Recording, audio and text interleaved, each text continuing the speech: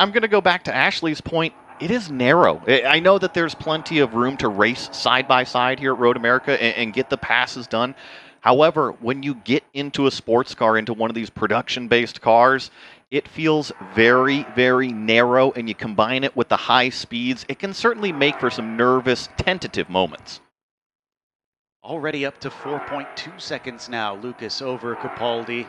Doing a great job up there. We saw flashes of Chase Cochran sitting back in third. He's trying to keep away, though, it looks like, from Leo and Nick Smither, along with Cale Buell. Those two might be reeling him in a little bit, and that will not be good news for Chase Cochran, who is actually right now sitting second in the standings and trying to hold back Cale Buell, who is ahead of by a mere 6 points. This is a good little battle, like you said, is developing here. Cale Buell's trying to get by Nick Smither. Remember, Cale actually out-qualified those two cars directly in front of him, so he feels like he's got some pace as we look at the 68 go down the straightaway here. This is Leo Capaldi. If there's been a change in these last couple laps here, it seems like Leo has actually lost just a little bit of pace. A 227.1 out of that number 68 car. You compare that to the two cars directly behind. They're both in the 226s. I think Richmond and Hordes must have just been going by us side by side because it's 0.06 of a second between them across the start-finish line. And Hordes was ahead of Richmond before, so a little bit of change of position between those two as we continue to watch Buell on Smither. And he's getting awful close, but it didn't seem like he had the exit he needed out of 3. Yeah, this track is so important that you get a strong exit in the previous corner. It's easy to sort of get roped into, oh, I got to pass him in the brake zone, so that means I have to use a ton of entry speed. But what happens if you're too fast into the corner? Then you're slow coming out. So you have to have that patience and that discipline to make sure that you're really precise on the entry and focus on your exit speed so that you can present yourself into the next brake zone. This track seems like the epitome of slow in, fast out. We always preach. That and a good motor is your best friend here at Road America. Oh, yes. Horsepower is king here. And we got plenty of horses here with the Mustangs. But the drivers still have a lot of racing left to go. 40 minutes plus a lap the entire race distance. And we still are only about a quarter of the way into this one. Not even a quarter, honestly. So got to manage the car, got to manage your equipment, and get to the end. Wonder if that's what we're seeing with a couple of these drivers that we're seeing in ebb and flow as they start to make some distance and then start to fall back just a little bit. And we lean to get a good view here outside the cockpit of one of our drivers. I think this is the Roval configuration a little bit with the lean on the camera here as we're following along. I think that this is Miller Richmond back here chasing Walter Bobko in the red car. That's the red 98 as they go braking down into Canada corner here. You see down from 5th, 4th into 3rd gear. Now we accelerate up, should grab 4th gear here before turn number 13, and certainly seems that Miller Richmond is putting the pressure on that red 98. A nice advancement here from Miller Richmond. Remember, he was stuck back there in 9th behind Hordes, but now that he's gotten by, he's already setting his sights forward. He doesn't just want 8th, he wants 7th overall. Bobko not in that Masters, or not in the Dark Horse Legends. Or excuse me, Bobko's in the Dark Horse Legends, and Richmond is in the Dark Horse. Going to get my terminology right here. And so they're not fighting for positions, but Richmond wants to try and catch up to Cale Buell because that is a potential podium for Miller if he can just get up the road. We have to remember that Miller lost out on a potential podium last time out at the Ozarks in race 1.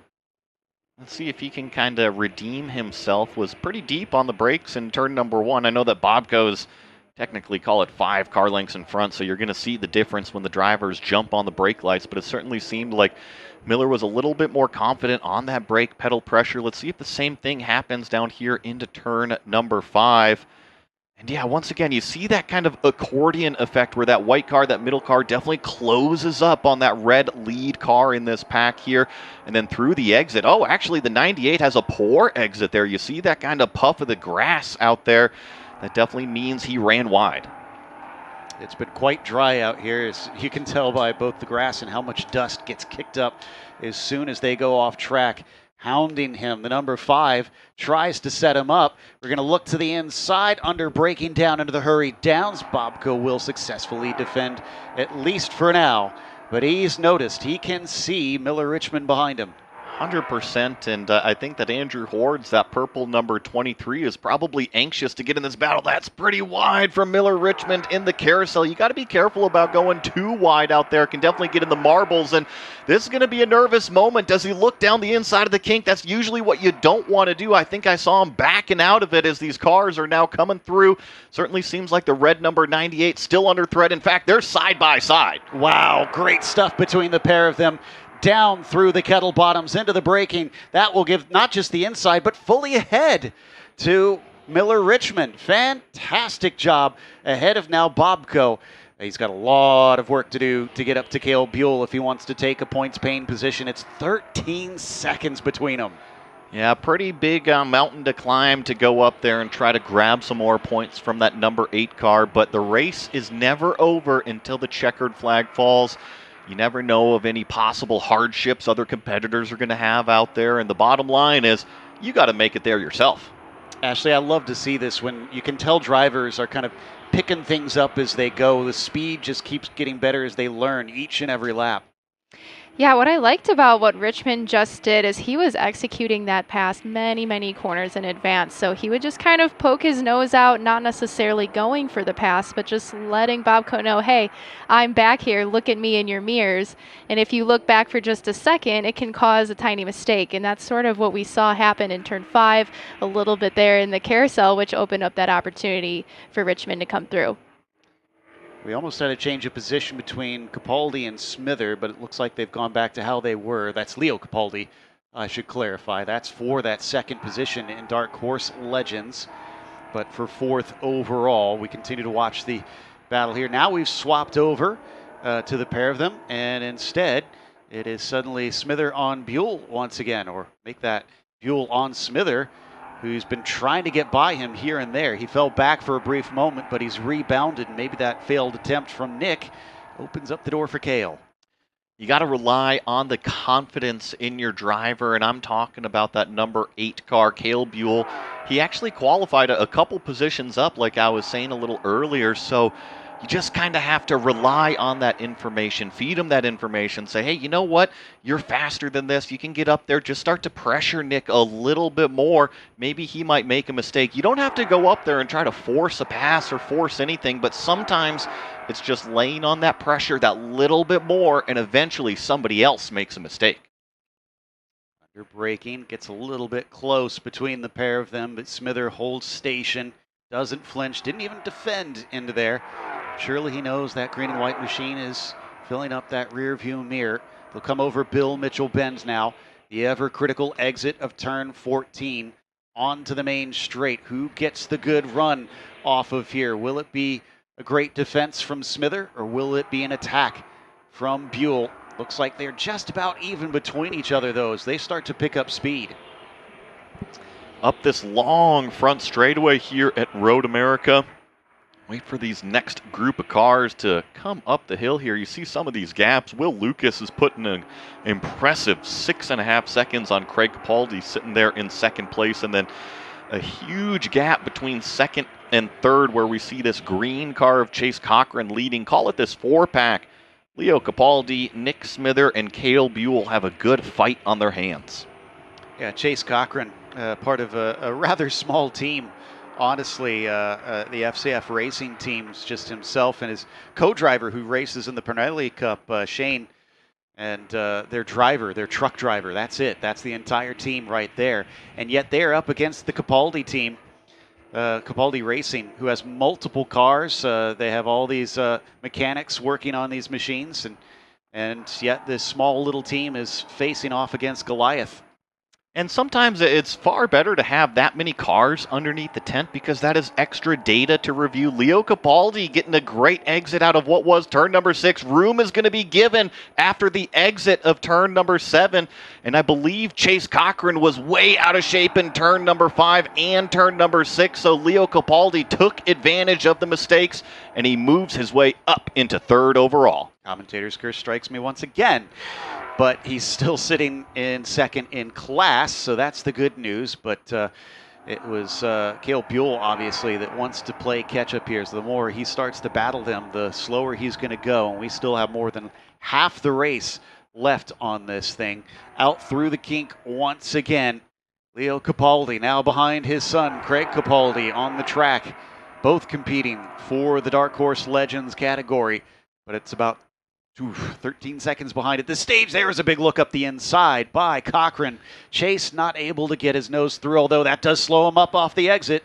This is where Nick Smither made that opening lap pass, but Chase Cochran carries a little bit more speed up through the top of the hill, turn number 13, and now Nick is popping out drivers left, just trying to get a clean visual for turn number 14 here. The exit is so crucial, and in fact, it seems like Smither got a better exit than Chase Cochran. He's right on top of him. They're coming up past the start-finish line. He's going to get a nice toe here. Is it going to be enough to try and make the move down into turn one? He forces Chase to go defensive. Covers the inside. He'll go all the way to the inside. Very shallow entry into this right-hand corner. Gets chopped off at the apex as Chase says no. Let's see if Cale Buell can take advantage here. Kind of a compromised entry from both of those cars in front of him. He's certainly going to take a look down the inside of turn number 3, but Nick Smither, deep on the brakes, is able to defend, and now it is a rinse and repeat. Get that corner exit and get up through those gears. They're kicking up a lot of dust there coming out of 1 and down to 3.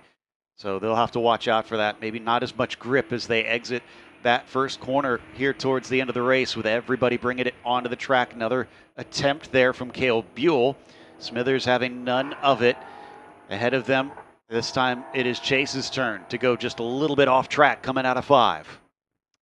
I think this is kind of the area that Chase Cochran had those oopsie-daisy moments that lap prior that allowed Leo Capaldi to kind of make his way through here. So a little bit more on the racing line this time for this green number 4. Doesn't have to worry about any pressure. If anything, he's done a nice job to kind of gap it out between himself and that car behind. I think he's patiently waiting for Cale Buell to start the attack on the back of Smither. That's exactly what Chase Cochran wants. Yeah, that will help him out. Ironically, since it's Cale that he really is the one that he's concerned with, at least in terms of points. But if those two keep fighting one another, gives him a lot more free air to focus forward and re-catch Leo Capaldi, which looks like he's already done potentially. He's right on top of him, forcing Leo to go to the inside, coming down into the braking of the Kettle Bottoms at Canada Corner. But the question is, can he actually manage to get by? No. He knows that he's not got the side-by-side. He'll duck back into line. That straightaway after the kink, trust me, it is not straight. Ashley, what is it? About kind of one kind of kink to the right, kind of 2 apexes to the left, and it kind of feeds you into the brake zone there. It's not straight. No, it's definitely not. And it kind of puts you in a funky position into 12. If you're trying to make a pass there, and if you're the car in front, you can make your car really wide through that section to kind of keep the cars behind you nicely. So, yeah, it's definitely a pretty tricky section. I will admit I may have dropped a wheel or two trying to pass people down that straightaway. Which I'm sure is exciting in its own right. Well, and I got a little bit of a bone to pick with the turn numbers, as it looks like almost side by side. Chase Cochran certainly taking another look into turn number 1, but this is turn 2 right here. How come those aren't labeled on the back straightaway between the kink and Canada Corner? I have no idea. You're going to have to talk to the officials here at the track about what the deal is with the numbering system. Regardless, the numbers for these drivers are certainly known. That's Leo Capaldi at the front of this. He's 3rd overall, 4th with Cochran, 5th with Smither, 6th with Cale Buell. This has been one of our closest battles for much of this race, other than the one back there for 7th, 8th, and 9th that we have checked in briefly from time to time. But this is definitely for a few of those podium positions here that these drivers are fighting for within their respective class. Cale thinks he might have something into turn 6, but then by the time he crests the hill, that's a no. As we focus on this kind of 4-pack battle, I just want to point something out for everybody listening and watching. Will Lucas is still 10 seconds out in front, and his last lap time was in the 2:23s. That's only, call it about a half second, maybe 0.6 of a second off of his fastest lap. So he is just a machine out front like we have seen all year long. Back around the carousel we go, and down the hill as they drop elevation all the way down until they get here to the kink, one of the lowest parts on the track. And another little look there from somebody just poking their nose coming into the kink, but reconsiders it at the last moment. And they'll go back to single file once again. Now we weave, as we said, down the not straight of the kettle bottoms towards the braking of Canada Corner. Still, though, Chase is thinking about trying to get by Leo Capaldi, and he seems to like that corner, but just isn't fully alongside any of the times we've watched. Here's kind of what I've been analyzing is that Leo Capaldi is kind of the cork in the bottle right here, holding up 3 cars that are potentially faster on lap time. All 3 cars behind him doing 226s. Leo's doing 227s, but it was racecraft that got Leo into that position. He's a savvy racer. He might not be in the race car as much anymore in terms of that ultimate lap time, but he certainly knows when he's around somebody grabbing those positions. Here comes another effort from Cochran. And it was a early defense, though a little bit later down on the inside for the brakes for Chase Cochran.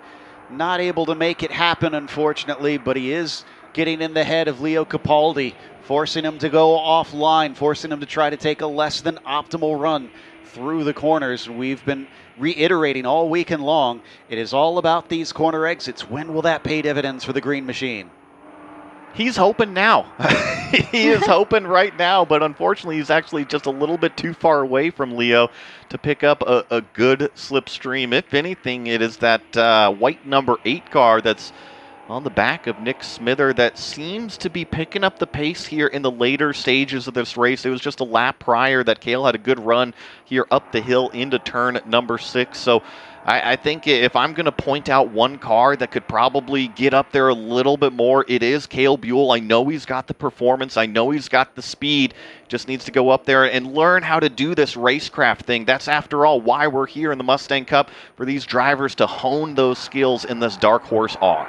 For those not familiar, the Mustang Cup is what feeds into the Mustang Challenge, which you've seen racing with IMSA. So this is the feeder series of what you see blending into that, and Ford has done that so that they could find some talent, bring in for their GT4 programs, for their GT3 programs, and they've even said they hope to eventually maybe find someone who can climb their way all the way up to the new prototype program. And what's even cooler is that, yes, we're here in the Mustang Cup, but some of these drivers, Will Lucas and Nick Smither, who we're watching here on screen, actually went and competed at a Le Mans Invitational event with the Mustang Challenge. So Mustang Cup is a great stepping stone, and these drivers and competitors are already proving that. Nick Smither's another one that raced in Mustang Challenge last season, has come down here to continue to try to sharpen himself as well. And he's currently not only on the defense, but attack, having to have chameleon eyes in that car. While he wants to try and get by Cochran, he also can't take himself away from Cale Buell for too long, or else Cale could pounce. So he's stuck between a rock and a hard place. A little bit of some side-to-side action out of this number 4 car down the straightaway. I wonder if he was just kind of getting caught up in shifting the car and looking in the mirrors a little bit, but definitely down the middle of the road. Nick Smither just trying to take a clean look into turn number 1. Not trying to get up alongside of him, but sometimes when you get so close on that bumper, you just want a little bit of a clean sight line to where you're going. Fortunately, didn't quite get him a position, but did get him through that corner. Less than 15 minutes plus a lap left to go now at this stage under the Sargento Bridge. Down the Moraine sweep and towards turn 5. That was a good run from Smither. At least it looked like it initially. Chase seems to think so. He's going to go slightly defensive into that left-hander, and even takes a little bit of a look up ahead at Leo Capaldi. But still, they stay as they were. Oh, but Leo kicks up the dirt a little bit. Opens the door. Turn 6. That's a hard one to make the pass stick, but Ashley, he couldn't quite get it there. Yeah, just not quite close enough. Turn 6 is not quite a low enough speed corner. You'd really have to send it in there and make yourself known to make that work. But what I'm liking seeing here is I mean, everyone in this group is just sort of reading each other and racing each other nicely, but also putting pressure on each other. So what I like to see, like from Cochran right now, he's not getting too flustered by the cars behind. He's still trying to put pressure up ahead on Capaldi, but at the same time, you've got Smither as well, kind of doing the same thing, trying to focus forward and try to make that pass moving forward here. So it'll be interesting to see what happens. I feel like it just takes one person to just miss an apex or drop a wheel, and this could all shift around real quick. Certainly seems like it's pretty high pressure in this group. And Cale Buell, that was a bit of a lunge from a ways back, but didn't get him the spot. I'm sure that gave a second thought to Smither in front of him. Definitely, and kind of that back straightaway, it feeds into those late pop moves going into Canada corner there. So I wouldn't say that I was surprised to see that move in particular. We haven't seen it out of Cale yet this race. However, it is pretty common to be able to just kind of free the car up to driver's right going into that brake zone, let it do its thing. But the only problem is it can definitely compromise you on that corner exit. And kind of back to Ashley's point, with how close these four cars are running, it can make for some nervous moments. Let's say if Smither goes up there and pressures Cochran into a brake zone. How deep does Chase Cochran go before he starts to catch the back of Leo Capaldi? That accordion effect can be huge in these brake zones. Yeah, especially with the high speeds that these cars get up to. But, that was a bit of a bad exit there from Smither, although I'm not sure that Cale's close enough to capitalize. He puts himself farther away from Cochran, that's for sure. Cale is staying right on the tire tracks, hoping that maybe it'll give him something. And he's going to look once again. This time, though, from that distance, the shortening did make it look like he was side by side, but I guess it was just a trick of the eyes. He remains behind.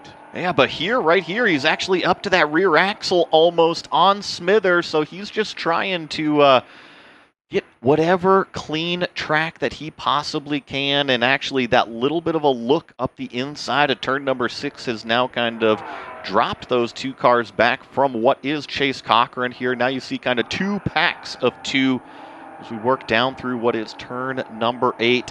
Head it down into the carousel. I do think just kind of with how they are racing, Nick and Cale will be able to close this gap back up to Chase and Leo. It might just take about a half a lap. Worth noting that Bobco and Richmond remain quite close back there for 7th. They haven't been much farther apart than a second, if about half a second between the 98 and the 5 for some time. Ooh, that was more momentum being carried by the bright green number 4. He's trying to get up to the quarter panel, but as we saw, it's difficult to try and make room on that little kinked straight. And we have been seeing more and more of these inside looks from Cale Buell. You talked about this earlier, Ashley. I like that, they're not resting on their laurels. Cale's at least trying something. Yeah, I mean, to make a pass work, you have to be at least up alongside the door of the fellow driver in front of you. So if you're not certain of it, you could see these guys checking up a little bit, just making sure everyone makes it through the corner nicely. I'm really liking what I'm seeing here from Capaldi. He's just focusing forward, not making any mistakes, because certainly Cochran's putting the pressure on, and Cochran's a little bit faster as well. So in terms of what Cochran should be focusing on, it should be maybe leaving a little bit more space to Capaldi so that he can get a little more momentum through the corners to get that exit speed, because he certainly has the pace in the car, but he's just kind of matching Capaldi's pace at this time. So we'll see how this goes. There's still a lot of time left, and as you go, it's important as a driver that you're learning from your competitors. Where's their strengths, their weaknesses, and where to capitalize on it.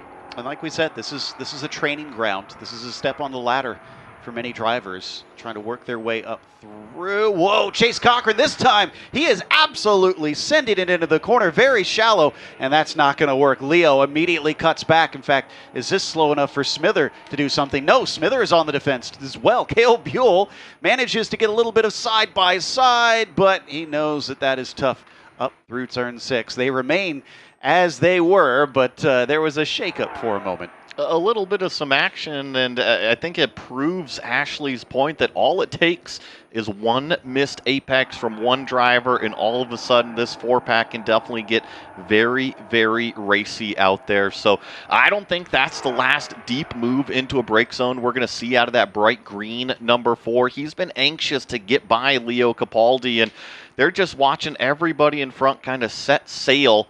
So I'm sure he's trying to find his best way around. And Ashley, I keep looking out, and it's suddenly getting a lot darker. You've got our radar over by you. How's that looking over there? I know. I've been keeping an eye on it as well. It's kind of blowing a different direction, so I don't think that it'll hit us for this race, maybe later on today, but I'm thinking we're going to stay dry for this one. Yeah, that's the good news at least. That would be terrifying trying to finish up this race in wet conditions for these drivers, especially since we haven't had any wet conditions this whole weekend and under testing here at Road America. It would be a new experience. Meanwhile, coming around the final corner, less than 10 minutes to go. We are into the final quarter of this race, and these 4 cannot seem to get away from one another. They are so closely matched. Leo is loving what he's seen in the rearview mirror, and that's about a 1-second gap between himself and that green car, because Nick is now going to take a look down the inside of Chase Cochran. Is he going to get deep enough on the brakes? The door is shut by that green number 4 car. Can Cale Buell, the 3rd car in line, do anything about it? Looks like he's going to sit right there in the tire tracks. He's just always so close, but not quite there. We've seen some really good opportunities, but couldn't quite pick it up in the time that he was been offered. Nick Smither was close off of turn 3 to Cochran. Cochran in the green car, Smither in the red, white, and blue as they fly down the Moraine sweep. Cochran been doing a great job dealing with all of this, though Nick does still try and show himself in the mirrors coming into the left-hander. Doesn't quite bear any fruit this time. And crucially, Leo's last lap was actually the best lap he's done in the last, call it, handful. So he is hitting the gas at the right time. That Chase Cochran is kind of under attack from these 2 cars directly behind. He's loving all of that. It's now grown up to 1.7 seconds. So what was a 4-pack is now, call it a 3.5-pack. As we go down through what is turn number 8, Leo continues to try to open up that gap as Chase feeds the rest of them into the carousel. A little bit more shallow from Nick Smither, that white, red, and blue themed car. And with how heavy these cars can be at the end of the race with the tire wear and everything, you have to be mindful of how you balance it down that very long carousel. I think this is also a good kind of lesson to look at this whole situation and how it's playing out in terms of when you're racing this close with your competitors. You're all very similar lap times. Oh, looking to make a pass there. Doesn't make it work, but as you can see, Cochran kind of fell back there from Capaldi just by making those couple mistakes, and it shows you just how costly that is, because now it's taking him some time to sort of reel him back in, but he's really kind of taken his focus backward to look at these 2 cars behind. You can tell that there's been a big difference in these last couple laps. Now that Leo's got some breathing space, just you can see on our camera angles, it does look like, there has been a change, and Cale has finally gotten by. That must have been in the last couple corners. I don't think he made the move down in Canada. It was the exit out of Canada corner. Ashley had called it going in, and really kind of Nick Smither chopped the nose, and here comes the response back from Smither in turn number 1. Overtakes Cale Buell, so he takes the position right back, but where Cale lost it on the opening lap to Smither, he actually kind of repaid the favor. It was a repeat move on the acceleration phase up to 13. Sure, maybe just a little bit of frustration for the 8 car. He had it so briefly and it got taken away. But if he did it once, surely he can do it again. And he's already reeling him in. He had a much better exit apparently, because that gap was going away as we watched from above. Now as we switch over here to the turn 5 camera, he isn't able to try and do it down through there. So the pace is there. He just needs to take what he did and do it again. It's a great learning opportunity. Nick Smither has a lot more racing experience than what Cale Buell does, and not only racing experience, but big pack racing experience. So you saw the difference between the two. Cale's kind of been a little bit more tentative, trying to get the pass done, while Nick was like, all right, I'll send it down the inside of turn number 1. But it's just kind of showing Cale, kind of opening the eyes, hey, this is still possible. Very much so. You can always learn from your competitors out there. See what they're doing. Try and use that to your advantage. They can do it. You can do it. And coming down that back straightaway up towards the kink, he regains a couple more feet, gets close. We've seen him try and poke his nose into Canada corner a couple times, and he is quite close this time. How aggressive does he want to be? And also, will he manage to get the inside? He's going to go for it. He's at least going to try and get down to that apex first. So we wait for them to flash in. He's not able to take that apex away. No, and doesn't get the run up the hill either, like he did the prior or previous lap time. So he's going to have to kind of settle and see if he can get the exit out of turn 14 that he needs. But he's actually called it about 5 car lengths back now. So this 4-pack, pretty even gaps as they go up the straightaway here. About 3 minutes plus 1 lap remaining. These cars are working lap number 15. What's extremely impressive, Joe Peak, is Will Lucas is working on a 20-second lead in a span of 15 laps. If I do the math, that's over 1 second a lap. Yeah, he's pulled away massively. And we can see on our cameras what I was alluding to before, just how dark it's getting in some areas of the sky. Again, it's not raining here, and we're not anticipating it raining, but it looks ominous. Funny enough, I was just looking at the radar. A cell literally just popped up that's aiming and heading our way. So we only have a few minutes left, so hopefully we keep dry just for these last few minutes. Yeah, really.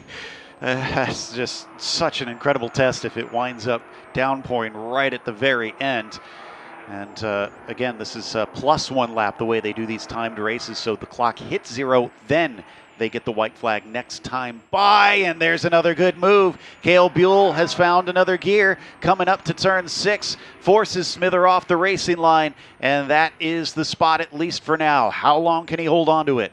This is a fast, high-commitment turn number 7, and now you go down the hill here. This brake zone is heavy brake pedal pressure. Looks like Cale Buell is going to hang on for now. So, coming through the carousel, we wait to see them enter our view. Still being led by Leo Capaldi. I'd say that any rust that may have been hanging on, he has quickly shaken off, because this is a great return from Leo in that 68. And I mean, we're sitting here in the commentary booth on the front straightaway of Road America, and I am seeing all of these race teams grab lots of equipment from pit lane, try to cover it up however quickly they can. I do think that this rain is going to be coming. Is it going to fall before the checkered flag? We've even got jackets going on here at Road America. It's been nearly 90 degrees. The weather is changing. Oof, what an end. This could be an absolute nail-biter. We don't have that white flag yet. We still have a minute to go on the clock. All I know is I'm glad that Joey and Ashley are the ones doing the podium today, not me. There, you can see a little flash of it on your screen there. Hopefully it's not too damp for you guys, but it is certainly looking like it's going to be, well, it could be a nervous finish for a number of drivers, even though the gaps are wide up at the front. They come through turn 1, still being led by Capaldi. Cale Buell is actually catching up to Chase Cochran. This has even more implications because, again, that is for second in class. This is looking at the exit of what is turn 3. These cars are about to hit the apex here and run down that straightaway. So Cale Buell actually very close to that green number 4 of Chase Cochran. Maybe he likes the sight of these thunderstorms. It's time to go now. He feels like he's got to hurry up before it does downpour. But coming down into turn 5, we see side by side. It's going to be an attempt, but not a successful one. In the meantime, I believe our leader is nearly to the start-finish line. He's on the latter half of the lap, and we will get the white flag this time by. Yeah, I believe this is Will Lucas right here in Canada corner. So you see the time has run to zeros. We should be getting the white flag as he comes up and crosses the start-finish line this time. But just an extremely impressive race. We've seen this every single weekend. It doesn't matter if it's the Miles Cup. It doesn't matter if it's the Parnelli Cup. Both days, Will Lucas seems to bring his game. And I think what's even more impressive about this one is he came in with less experience than a lot of the other drivers. Like I had mentioned, as the white flag is now out, waved, and he comes across the hill. In fact, we can even see the headlights. That's how dark it's getting out here. Coming in, Ashley, and didn't do the testing that all the other drivers did. So he's at a disadvantage, and we saw that in the practice where he was a little behind them. And yet it doesn't seem to have phased him at all. Yeah, super impressive drive here by Lucas. And yeah, it just goes to show you if you have the drive for it, and if you're putting the work in between the sessions, looking at data, video, if you have your driver coach, you can get back up to speed really fast. So super nice job here by Lucas. 1 lap to go, less than a lap at this stage for Will Lucas, 23 seconds over the nearest rival. And plunging down into turn 5, just nobody within sight around him. It's such a long lap. There's no worry about anybody to lap ahead of him. While we watch this, I can tell you that going by the start-finish line, Cochran was just a couple tenths ahead of Buell. He has run him down. Here is our leader going down towards turn number 8 here, and you can just see the racetrack has completely changed in how it looks out here. Some of the areas, oh look, you got a little bit of blue sky, but then you look in other areas and it is dark gray clouds out here. I think that they got this race in perfectly in time. Will Lucas coming down through the carousel one final time. He's got this incredibly fast right-hander known as the Kink, one of the most daunting corners in all of motorsports. He's able to handle it easily. Now he's looking at one big brake zone. I mean, from here with such a gap, he could almost just cruise to the finish. Well, it's uphill. Yeah, that's true. Might be a little hard to do that, the wind continuing to blow. I mean, even the lowest part of the track here, and you can see how much it is blowing the trees around, so it is not shaded from this weather. Just a corner left to go for Will Lucas. They have been threatening that there will be rain and weather all weekend long. It's been sunny up to this point. The dark clouds, though, are not going to scare away Will Lucas, who comes in and takes a win in the Miles Cup here in the Ford Mustang Cup. Tremendous drive from that number 34, picked up right where he left off, so he is going to find his familiar spot on the podium. That is the very, very top step as we wait for what is the second place car overall, but it's actually going to be our Dark Horse Legends class winner. That is going to be Craig Capaldi here in this number 14 car. He, I believe, is going to be coming up the start-finish line and taking that class win. Excellent job by Craig. I'm sure he still wanted to be a little closer to Will, and he did so early in the race, but he started to drop behind, and we're hearing that the rain is actually here. It didn't quite hold out to the very end of this one. That's before there are other drivers, I think, are there. We're seeing pictures of it now. Yeah, and this is going to be going, this is the exit right here, but we got 3 or 4 cars coming into it. So it looks like we got some more of this 4-pack go across the start-finish line as it looks like these final 3 cars. There's the rain, and it looks like they're going to be able to tiptoe their way through it. Each of them, yeah, are just taking it very easy at this stage. It's the end of the race. No reason to throw away the equipment. The debris blowing around from the wind, looking like we're crying for Auntie M, unfortunately, out here. But in the meantime, they're going to make it. They'll get past the hill.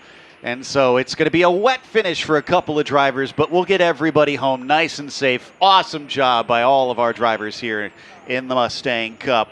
That gives Will Lucas your win today, with Craig Capaldi winning the Dark Horse Legends class. Just behind him, Leo Capaldi, a father-son duo, second and third overall, but Leo on the Dark Horse Legends podium. Chase Cochran was fourth with Cale Buell in P5, Nick Smither in 6th, and Walter Bobko 7th. Miller Richmond finished 8th, and Andrew Hordes comes home 9th today. Hopefully, Ashley and Joey will be able to stay somewhat dry as they get ready to do the podium ceremony. So stick around because there's more to come here on the broadcast.